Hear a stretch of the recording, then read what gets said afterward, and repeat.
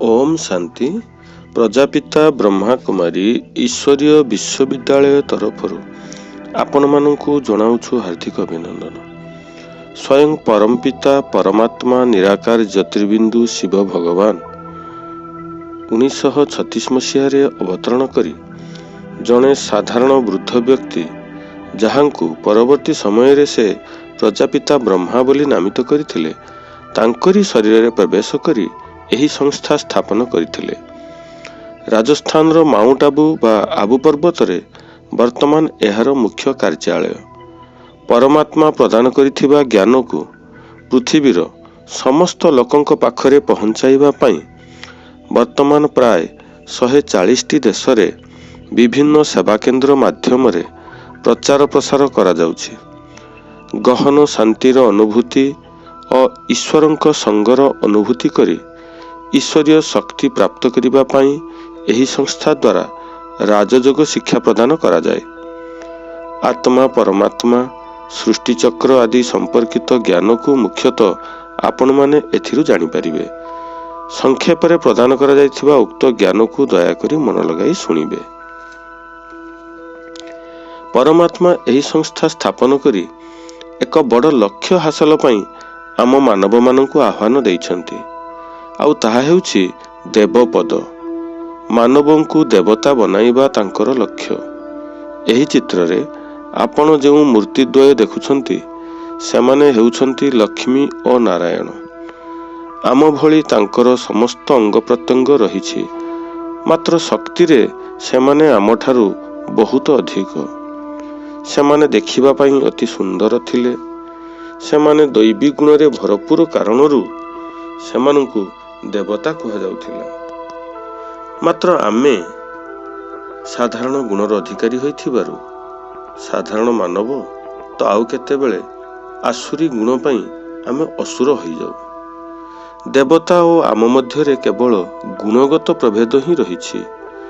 पवित्रता, शांति, प्रेम, आत्मा अभिमान, दया, आनंद, अहिंसा आदि दैवी गुण रे सेमाने भरपूर थिबा कारणरू सेमानंकु अपूर्व सुंदरता मिलिथिला तथा सेमाने सदा निरोगी शरीर प्राप्त करिथिले। अकाल मृत्यु सेमानंकु ग्रास करू नथिला। प्रायतः 150 वर्ष सेमाने बंचुथिले। सेमाने बास करुथुवा समय को सत्य युग बा स्वर्ण युग बा गोल्डन एज कहा जाउथिला। सेमाने बास करुथुवा स्थान को स्वर्ग, हेभेन किंबा पैराडाइज कहा जाउथिला। ए हेउछि सेही स्वर्गर चित्र जेउठी समस्त मनुष्यंकु देवता कहा जाउथिला। आजकु प्राय 5000 वर्ष पूर्वरु आम देश भारत वर्षर प्राकृतिक परिवेश एहीपरि अत्यंत सुंदर और मनोरम थिला, जहाकु स्वर्ग कहा जाउथिला। से समय रे बसवास करुथिबा समस्त मनुष्य जहांकु देवता कहा जाए। सेइथि पई तो कथारे कहंती एई देव रास्ता रे ठिया ही कहूछि, ताहले ए रास्ता रे निश्चय दिने देवी देवता माने यातायात करुथिले। सेइथि पई तो ए प्रकार कथा चली आसीछि ना। प्रकृति रे सेही देवता माने एक मत, एक धर्म, एक भाषा भित्ति रे समाज को चलाउथिले। श्री कृष्ण ही सर्वप्रथमे सेही सत्य युग रे जन्म लाभ करथिले। से 16 कला संपन्न अत्यंत शक्तिशाली तथा सबुठु सुंदर शरीर नहीं जन्म लाभ करथिले। तांको ठारु अधिक सौंदर्यर अधिकारी पृथ्वी रे कौनसी युगरे केही भी होई परिबे नहीं, कारण से हेउछंती नेक्स्ट टू गॉड, अर्थात ईश्वरंकर परवर्ती, मात्र ईश्वर नुहंती। से निर्विकारी उपाय रे पवित्रतार शक्ति रे जन्म लाभ करिथिबारु पवित्रतार चिन्ह स्वरूप तांको मस्तकरे मयूर पर देखाई दिया जाइछि। सेही श्रीकृष्ण बड़ हेबा परे तांकर नाम परिवर्तित होई श्री नारायण होई जाए।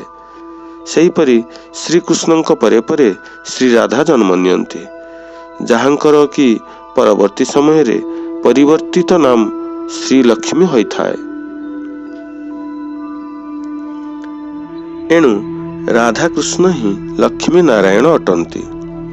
आउ सेही लक्ष्मी नारायण हेउछंती ସତ୍ୟଯୁଗ ତଥା ସମଗ୍ର ବିଶ୍ୱର ମହାରାଜା ମହାରାଣୀ।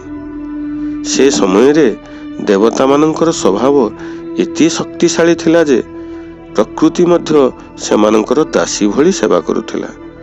ଦୁଃଖର କୌଣସି ଚିହ୍ନ ନଥିଲା। ରାଜା ପ୍ରଜା ମଧ୍ୟରେ କୌଣସି ଭେଦଭାବ ନଥିଲା। ସଦା ବସନ୍ତ ପ୍ରବାହିତ ହେଉଥିଲା। ସୁନା ହୀରାର ମହଲରେ ସେମାନେ ରହୁଥିଲେ। ତା ସହିତ ନାନାଦି ବୃକ୍ଷ ଓ ତୃଣରାଜି ତଥା ସୁଶୋଭିତ ପର୍ବତରାଜି ସହିତ ସୁନ୍ଦର ସୁନ୍ଦର ପଶୁପକ୍ଷୀଙ୍କର ବିଚରଣ ପ୍ରାକୃତିକ ପରିବେଶକୁ ଅତ୍ୟନ୍ତ ମନୋରମ କରି ଗଢ଼ି ତୋଳିଥିଲା। ସେ ସମୟର ସୁନ୍ଦରତା ଓ ସୁଖମୟ ଜୀବନଶୈଳୀକୁ ବର୍ଣ୍ଣନା କରିବା ଅତ୍ୟନ୍ତ କଷ୍ଟକର। ସେ ସମୟର ସୁଖ ସ୍ୱାଚ୍ଛନ୍ଦ୍ୟ ଅତ୍ୟନ୍ତ ଉତ୍କୃଷ୍ଟ ଥିଲା ବୋଲି ତ ବର୍ତ୍ତମାନ ସମୟରେ କୌଣସି ସୁଖମୟ ପରିସ୍ଥିତି ଆସିଲେ ଆମେ ସେ ପରିସ୍ଥିତିକୁ ସ୍ୱର୍ଗ ସହିତ ତୁଳନା କରିଥାଉ।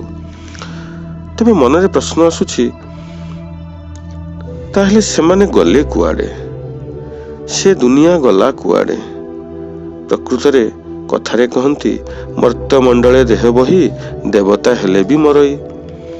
ସେ ସମୟର ଦେବତାମାନେ ଜନ୍ମ ମୃତ୍ୟୁ ଚକ୍ରରେ ଆସି ଆଜି ଆମ ଭଳି ସାଧାରଣ ମାନବରେ ପରିଣତ ହୋଇଯାଇଛନ୍ତି। ଜନ୍ମ ମୃତ୍ୟୁ ଚକ୍ରରେ ଆସିବା ଦ୍ୱାରା ସେମାନଙ୍କର ସ୍ୱଭାବରେ ପରିବର୍ତ୍ତନ ଅର୍ଥାତ୍ ଗୁଣଗତ ପତନ ହେବା ଯୋଗୁଁ ପ୍ରାକୃତିକ ବିପର୍ଯ୍ୟୟ କାରଣରୁ ସେ ସମୟର ସୁନ୍ଦର ପରିବେଶ ମଧ୍ୟ ଧୀରେ ଧୀରେ ନଷ୍ଟ ହୋଇଗଲା। ବର୍ତ୍ତମାନ ସମୟରେ ପରମାତ୍ମା ଆସିଛନ୍ତି ଏହି ଦୁଃଖଦାୟୀ ଦୁନିଆର ବିନାଶ ପରେ ସେହିଭଳି ସୁନ୍ଦର ଦୁନିଆ ସ୍ଥାପନ କରି ଏହି ମାନବଙ୍କ ମଧ୍ୟରୁ କିଛି ମାନବଙ୍କୁ ଦେବତା ବନାଇ ସେହି ସ୍ୱର୍ଗରେ ପୁଣି ମାଲିକ କରିବେ। ଏଇଠି ପ୍ରଶ୍ନ ଆସେ, ଆମେ କ'ଣ ଦେବତା ହୋଇପାରିବୁ?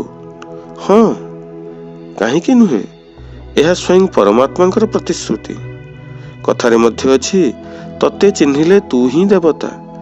ତାହେଲେ ଆମେ ନିଜକୁ ଚିହ୍ନିବା ନିହାତି ଦରକାର। ତେବେ ଯାଇ ଆମେ ବୁଝିପାରିବା ଆମେ ଦେବତା ହୋଇପାରିବୁ କି ନାହିଁ।